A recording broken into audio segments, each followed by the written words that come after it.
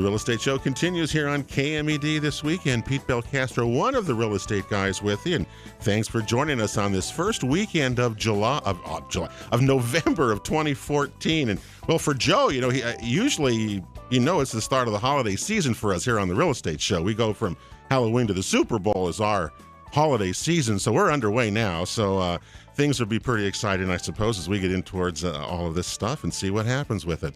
Well, next week here on the show, want to give you just a heads up. Brad Bennington of the Jackson County Home Builders will be along. We'll update you on the new home construction activity going on and some of the builders that are participating in that. And as you know, from our show, the 5.5 years that we've been sitting in here doing this, we went from zero sometimes. Some months there was like nothing being done in new construction, and you know how backed up we are. And now that seems to be doing quite well, as the numbers are certainly showing that. We'll show that next week. And then 2 weeks from today, the radio auction will be along here in KMED, and we're all going to take a week off and be back with you a little bit later than that. Well, today we're going to talk about water, and Lori Tella from the Jackson Soil Water Conservation District is here. And, of course, jswcd.org is the website that you can get a lot of the information that we're going to talk about today because that's kind of the centerpiece, Wes, where the district has a lot of information. And, by the way, did you see your tax return, your tax bill that came out? Your property tax bill that Josh Gibson was here last week, the county assessor, talking about, property taxes and values. Did you see what you paid for the Jackson Soil and Water Conservation District? My bill, was $13.74. And I think that we've all heard, if you've been listening to our shows over the year, it's the best well-spent tax dollars that you see is for the JSWCD. Okay, Lori, that's a good lead-in for you there, isn't that? Pretty good, huh?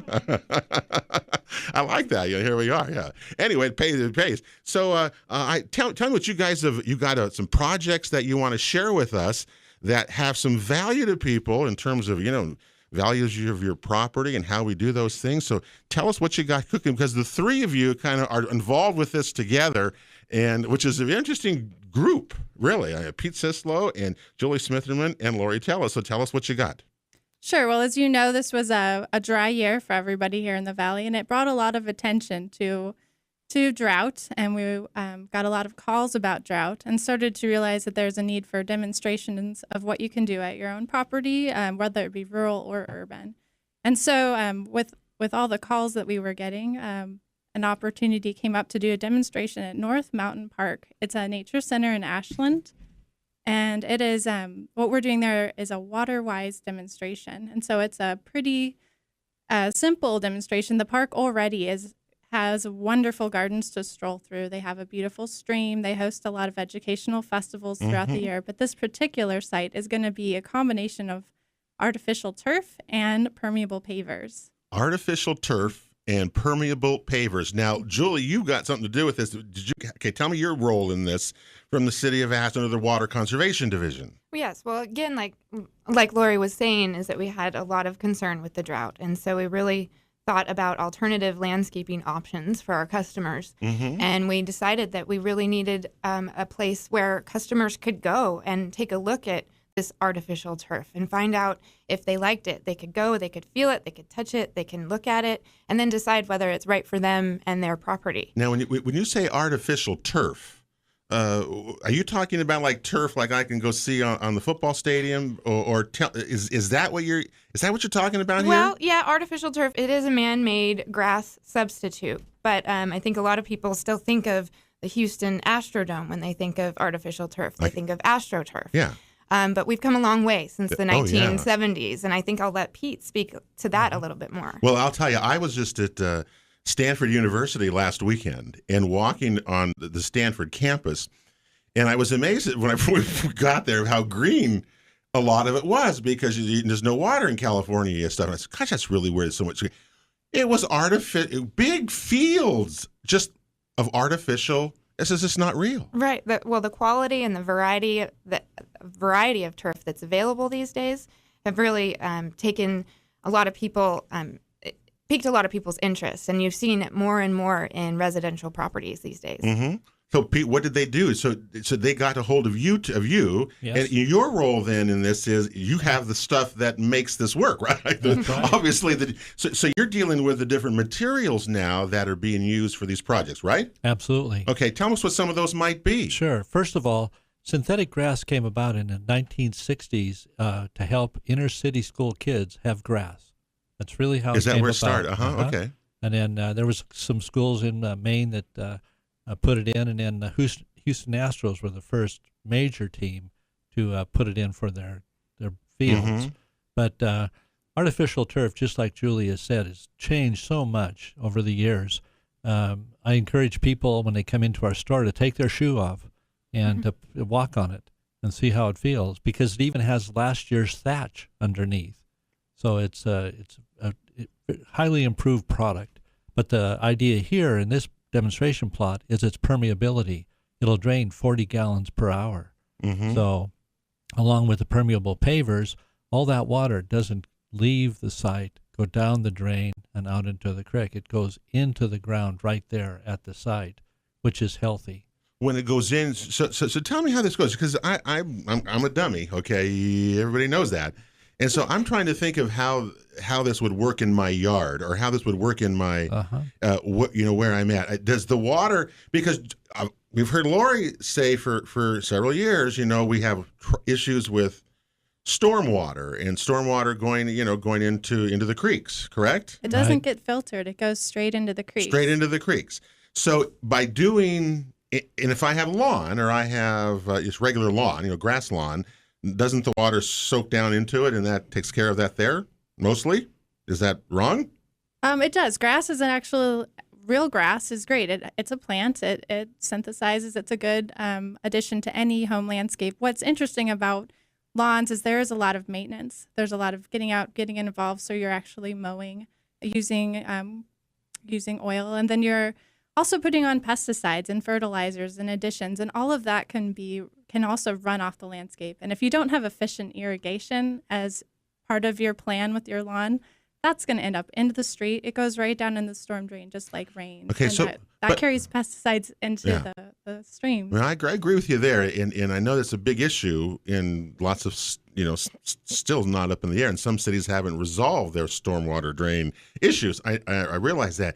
But if I install synthetic turf, or whatever you want to call it, tell me how underneath it works. You're saying it's filtered and it's better. I don't understand that part of it. First of all, you have to put a base rock in, usually a larger shale, and that is at a depth of about 18 to 22 inches down. Okay. On top of that, you put a 3/4 clean, not 3/4 minus, but a 3/4 clean rock. You compact each layer to make sure you have a real good stability. And then on top of that, you put a 10 minus rock, a small 1/4 inch to a dust almost. So I got to go down around 22 inches in order to do this and do it right? Because someone can just lay a piece of synthetic turf out on your lawn and just run away, but that's not what. It all depends upon the soil, Pete. Okay. Because if you have a real high clay-based soil, the deeper you go down, the better off it is. It just really depends, but that's pretty much typical. Then on top of that small gravel, you put the grass, and the grass is held down by screws, nails 5.5 inches long, 4 of them per square foot. You don't put an infill over the top of synthetic grass. You want it to permeate water down through it. So you want it to drain. Like a field would drain. Okay. And you can adjust it if you have animals like dogs.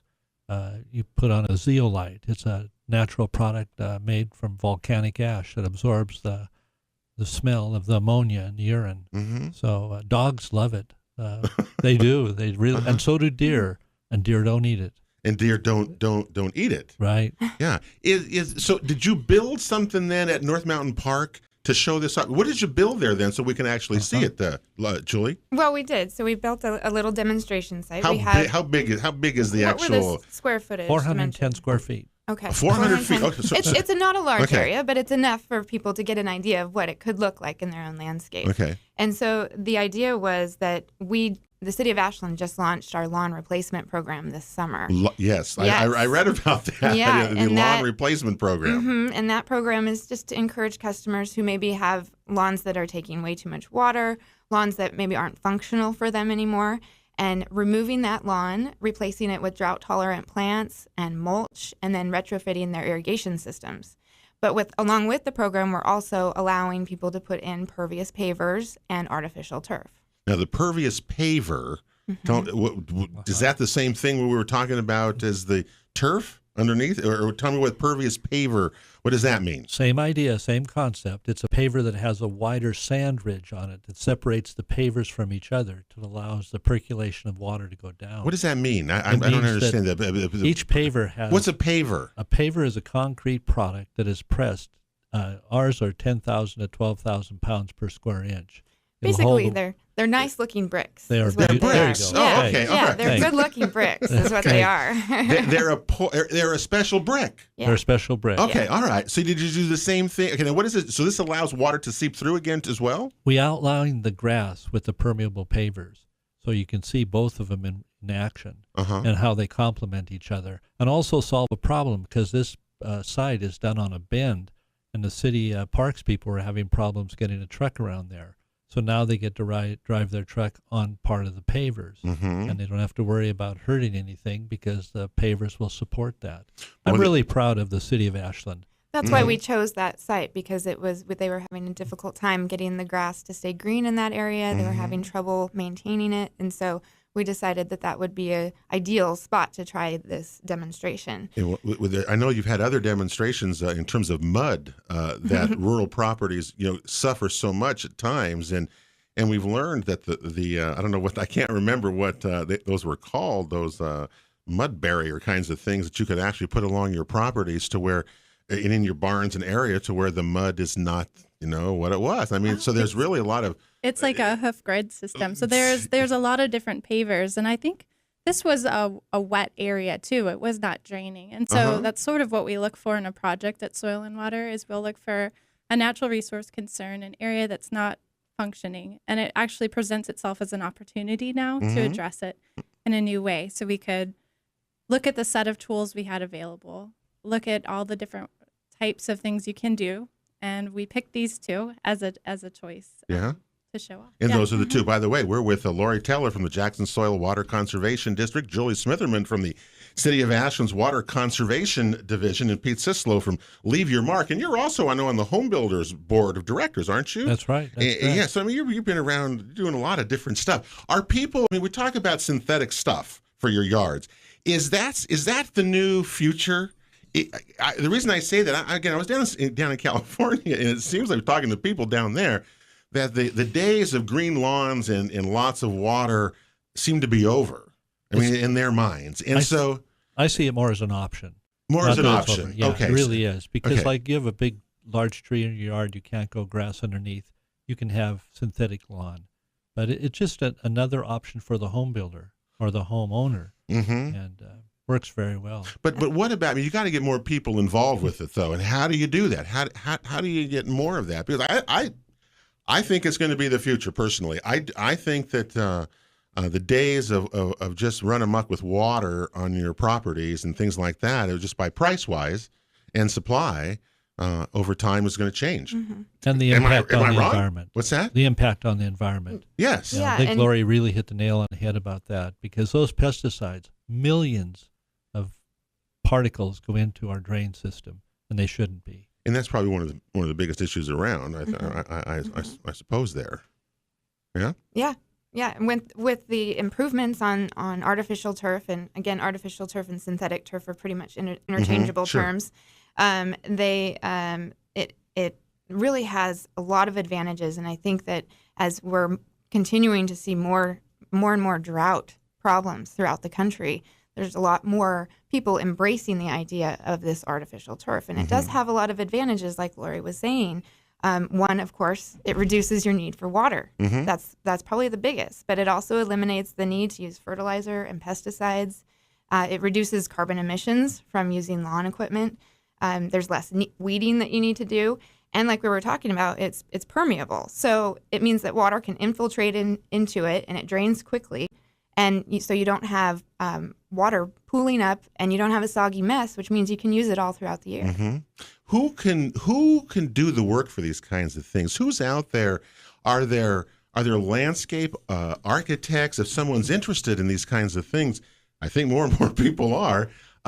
How do they go about finding people to do that? Because not everyone knows the kinds of things like this. Because it's like when you start a green building. Remember, I mean, people didn't know what's a green building, and now we know. So how do we start that? How does a person go about doing that?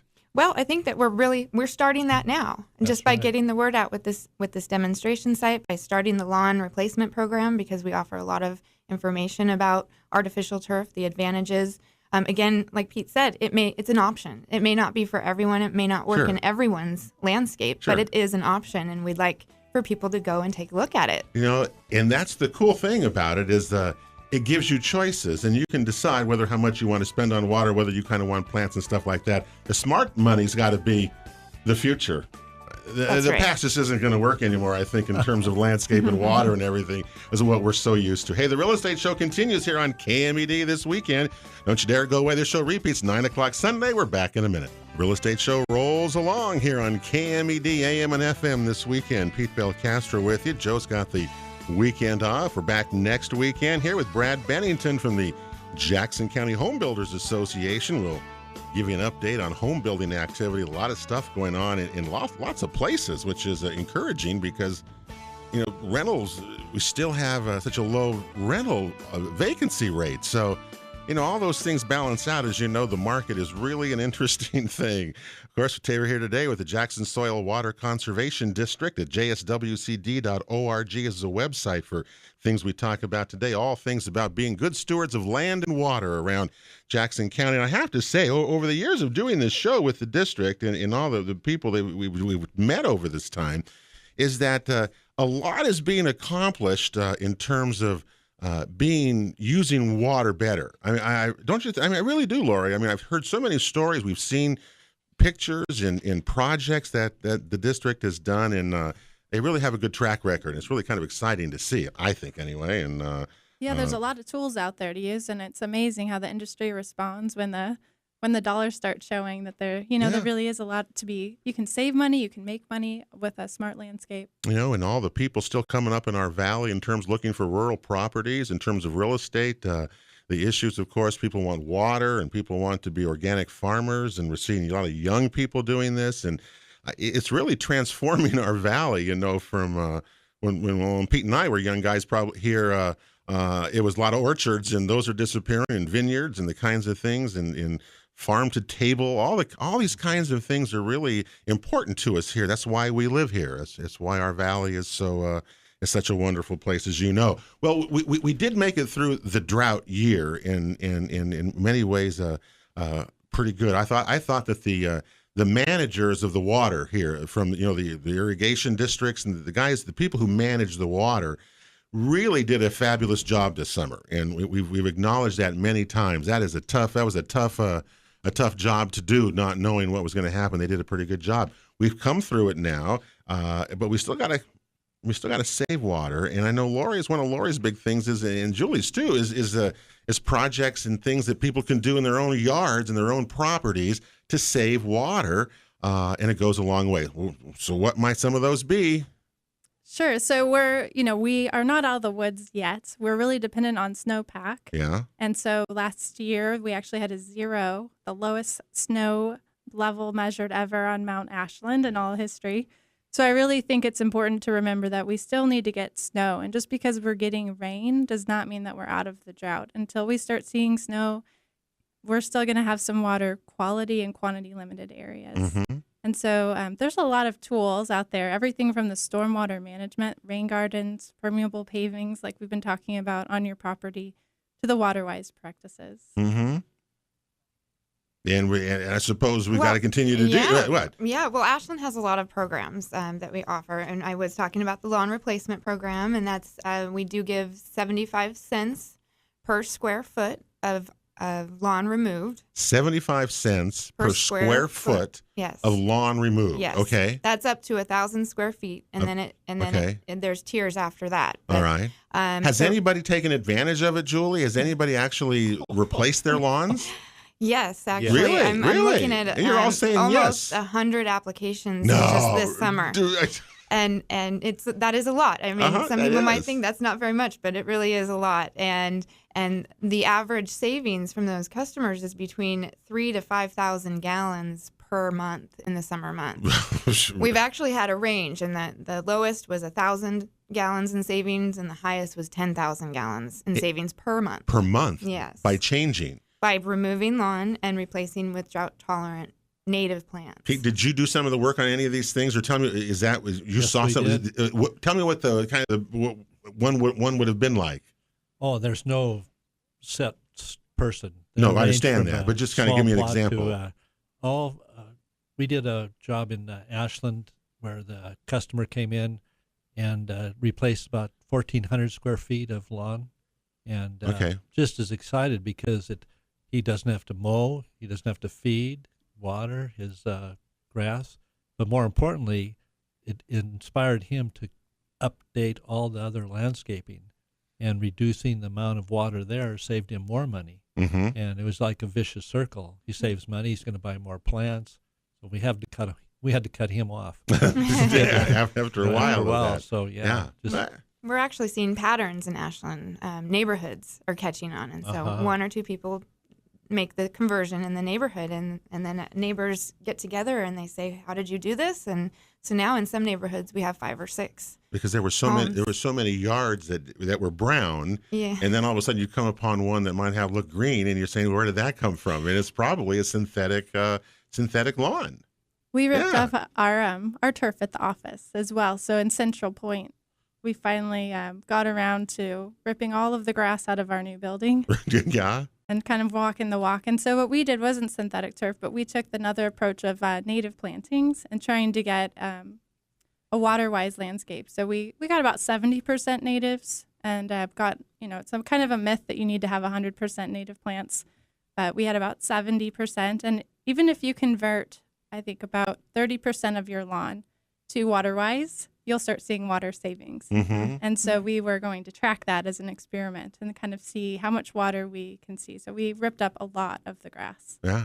We'll see what this project looks like when it's done, isn't it? I like that. Is there a list, or people always ask, about, well, what's a native plant? And when you're going down the street, you're seeing people do stuff. Is that the new norm now? Is that are nurseries adapting to this kind of thing, that this is what we're about? Is that where this is going? Well, yeah, I think so. I mean, as drought seems to be becoming more of the norm, we have a lot of customers who are looking for those plants that need less water. And so I think, yes, nurseries are picking up on that and stocking with more native plants. We do have a couple of resources locally to help you choose water-wise or native plants for your landscaping. And one website, it's a virtual garden tour, and that is a water-wise landscaping website from the city of Ashland, and it's called ashlandsaveswater.org. Medford also has a similar site, Medford Water does, and so I'd encourage anyone who's listening to go and check it out. It really is a wonderful resource. And it lets me see the plants and the kinds of things. It lets you see the plants, and you could even go and select a guided search, and you can choose a plant, you can choose a shrub and say, oh, I need it to grow in full sun, and I only want it to grow to 3 feet, and I want it to bloom in the spring, and I want it to have pink flowers. So you put in all that criteria, and then it populates, and it gives you a list of all the plants that meet that criteria. Mm-hmm.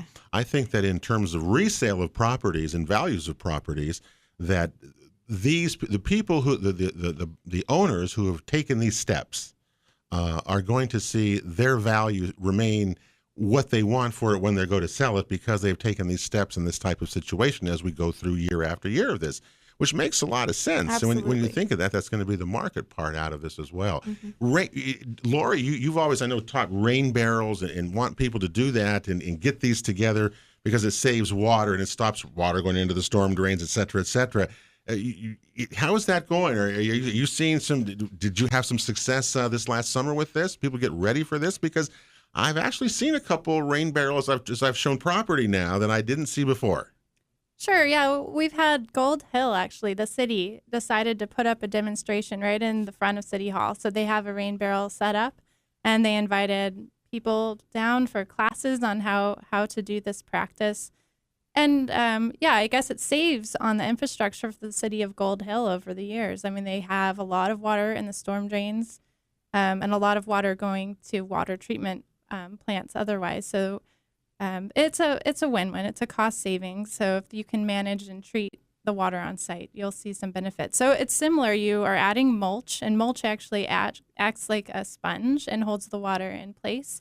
It also means you have to water less. So here in the valley, a lot of our water is coming right out of the Rogue River. We get 70% of the water in the summer is getting used on lawns. And so part of that is, the whole concept is to reduce that, whether it be through removing your lawns and then putting in pavers and alternatives, or you can put in rain gardens, things that treat the water. The goal is to slow it down and spread it out. Slow it down and spread it out. Let it sink in. That's kind of like creeks and rivers, the same thing. Slow it out, slow it down. Well, that's some good advice indeed. Hey, the Real Estate Show continues here on KMED. This show repeats at 9 o'clock on Sunday morning, and all of our shows are available at realestateshoworegon.com and youtube.com/Real Estate Show Oregon. Hey, we're with the Jackson Soil Water Conservation District. We're back after this.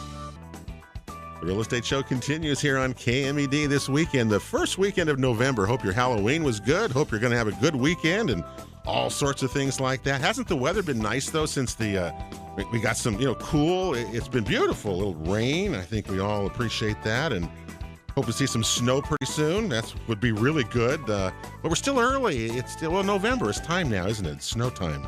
We'll see. Hey, next week we're back here. Brad Bennington of the Jackson County Home Builders Association will be along as well, so we'll update you on that, as seeing what the activity is taking place around Jackson County in home building. And as we say, there's been quite a bit of it. Today, though, we're talking about water, and we survived the drought from this last year, though we are all, as we say, we better get some snow in the mountains, because or ways to catch your own rain, because we're going to have more rain maybe and less snow, so you got to be able to catch it with rain barrels and things like that. And before we go too along the way, Lori, the district, the Jackson Soil Water Conservation District, will actually tell people how you can help them figure this out or do. What should someone do who has an interest in being proactive and being a step ahead? Sure, well, we're there to help, so give us a call. We do consultations. We have a lot of resources on hand in the office that we can share. We also do site evaluations, and we can help you plan a project from start to finish and put you in touch with people who can help. So we try to be there to educate the rural and the urban folks. So almost any conservation practice out there, if it's solving a natural resource concern, that's what we'd like to help with.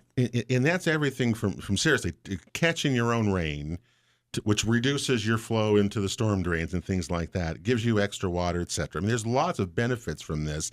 And Sure. And the costs are high for some of this kind of stuff? It really depends. It depends on the site, and it depends on what you're preventing. Like if you have severe soil erosion on your site, that's going to degrade the value of your home. It's really going to cost severely in some cases. So the cost may be well worth it and a good investment.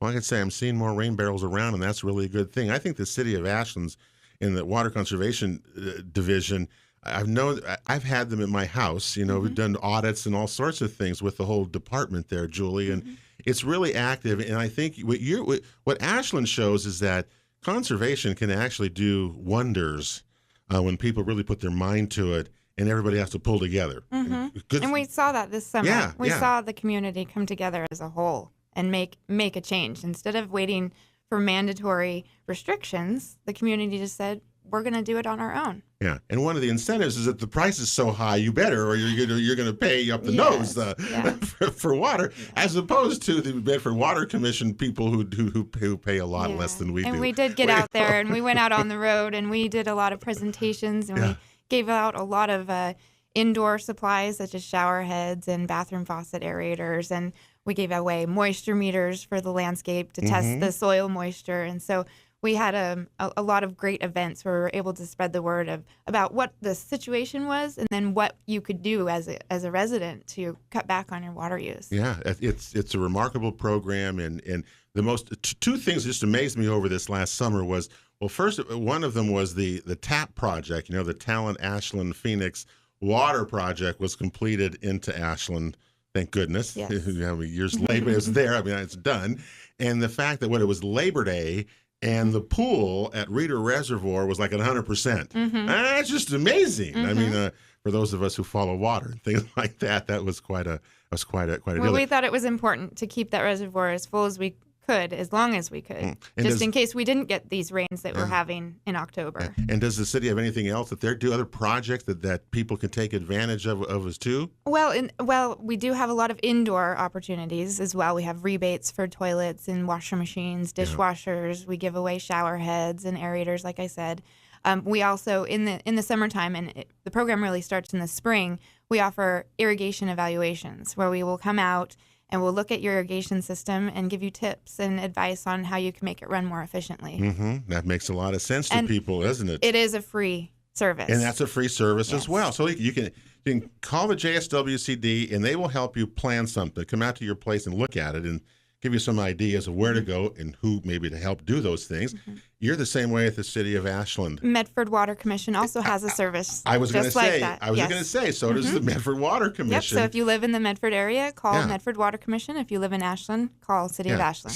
The same types of programs that will help you do that and reduce water. Now, Pete Cislo, before we get out of here, you kind of in that part of the construction parts of these things, you would actually have to go in and do some of the work here.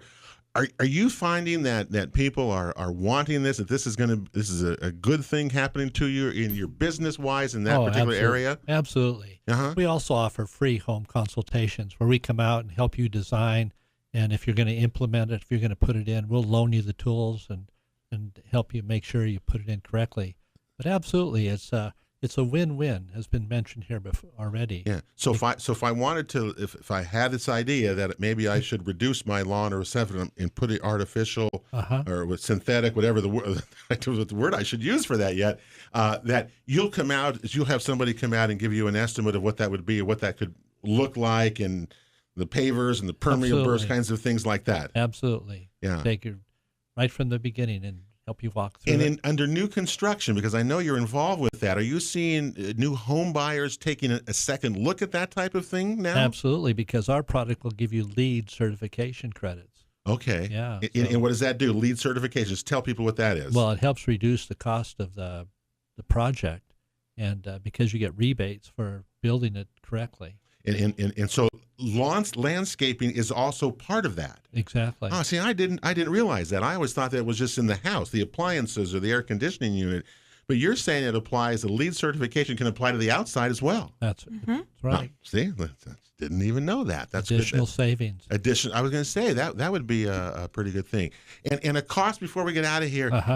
Just give me a ballpark. If you say you rebate me 75 cents, the city of Ashland will rebate me 75 cents a square foot to replace it.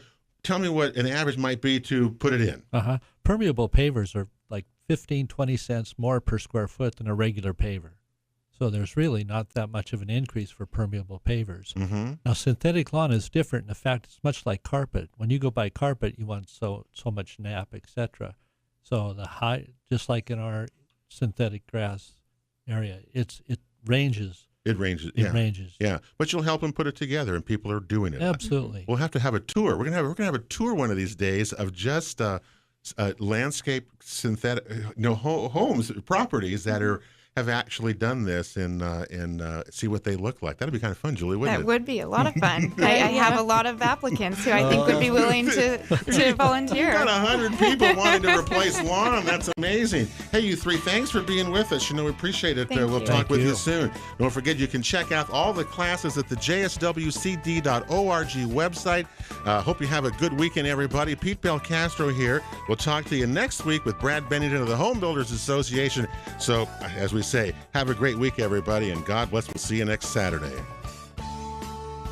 Thank you for listening to the Original Real Estate Show with Pete Belcastro and Joe Brad, the Real Estate Guys. For advice, guidance, or counsel on any of our topics, or to watch a replay of today's show, visit our website at realestateshoworegon.com. This show is sponsored by RE/MAX, Ideal Brokers of Southern Oregon, Ticor Title, All Cities Property Management, and the Jackson Soil and Water Conservation District. We'll continue our weekly quest to enhance the value of your property and to make you a smart real estate consumer when we gather every Saturday and Sunday on KMED for the one and only original real estate show.